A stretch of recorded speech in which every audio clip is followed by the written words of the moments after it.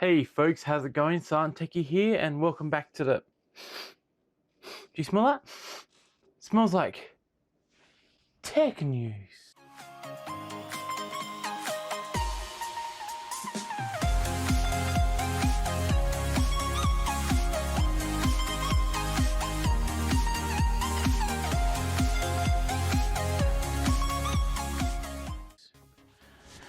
Facebook is opening up 5 pop-up cafes around London and will be giving out free drinks as well as privacy checkups to teach people how to customize their Facebook privacy settings.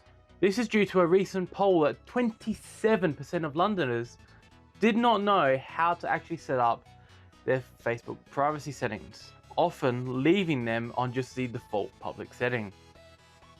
Now, I don't know about you, but I barely trust Facebook with my name, let alone my privacy settings.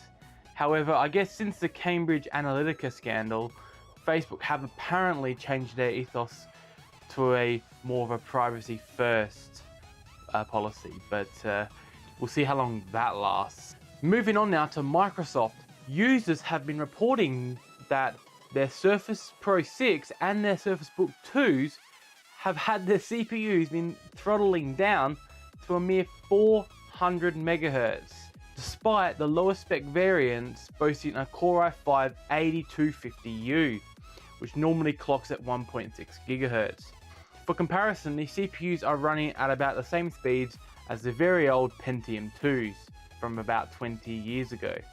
It's unclear as to what has caused this, but indications lead to a recent firmware update that has confused the temperature sensor responsible for detecting overheating, therefore forcing the CPU to clock slower in order to protect itself, even if it hasn't actually reached that thermal limit.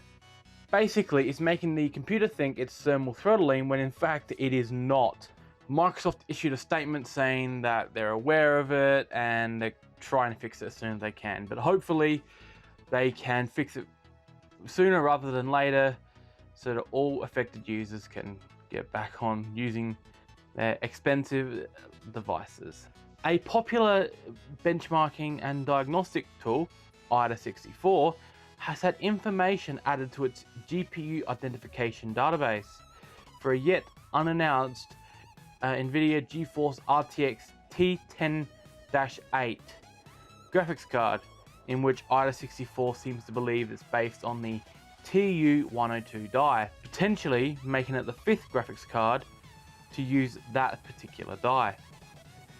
The Titan RTX, the RTX 2080 Ti are the 2 consumer variants, and the 2 enterprise variants are the Quadro RTX 6000 and RTX 8000. However, this is just a single listing in a single program, so it's best not to get too excited. But this could be indications of Nvidia preparing a counter to when AMD launches their big Navi at some point in the future. But we'll have to wait and see.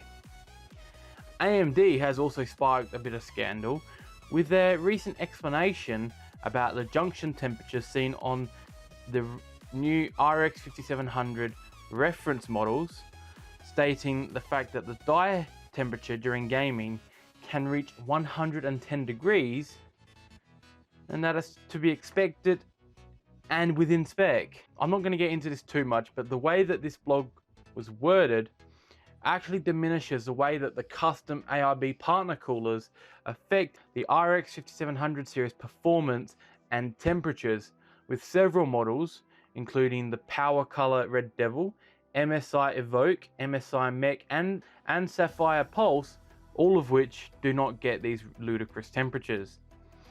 The custom cards simply don't reach these temperatures due to the beefier heatsink design for one, as well as their dual or triple axial fan design, both providing sufficient cooling, whereas the reference blowers just simply do not provide enough cooling for such a high heat GPU. Like, I'm sorry AMD, I really like you, but when are you going to learn the blower style GPU coolers are simply not effective anymore. Like, heck, Nvidia learned this and changed it. And you always had it right with the Radeon 7, but then you go and turn it around. Please, AMD, please stop doing blower coolers and start just doing normal axial fan coolers. For more information and more of a rant, go and watch Gamers Nexus video, which is linked in the description, which goes into this topic quite a bit. Continuing on with AMD, drivers have been seen on the AMD website for the RX 600 series, starting with the Radeon 610 to the current highest model, the RX 640. But there's a catch. These are not new graphics cards.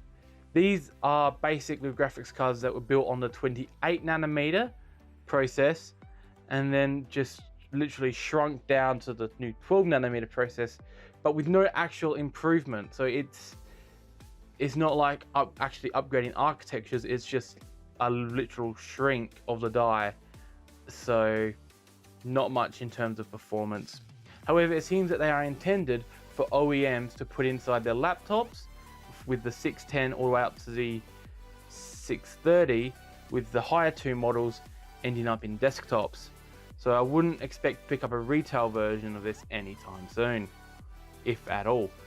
Apple once again has shown its contempt for its current generation and previous generation and any normal naming schemes, with their newest generation coming out later this year having names ranging from the iPhone 11 to the 11 Pro, 11R and 11 Max. I mean, while they're at it, why don't they just add the 11 SE or the 11 Max Ultra or even the 11 Super? I hear that's a pretty big buzzword right now. However, no info on the specs of these iPhones have been released yet, so we'll see if there's any difference in between models.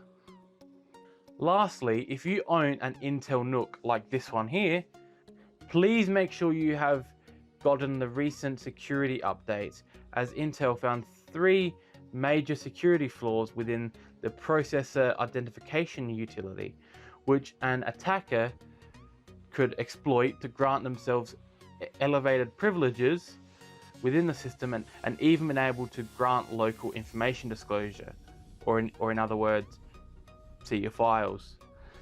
Thankfully, these have been fixed, but again, make sure that you have your NUCs updated. So, thank you for watching. Please leave a like if you like the video. Feel free to comment down below and hit the subscribe button if you want more tech news coming every Tuesday and tech videos every Friday. I'll see you in the next one.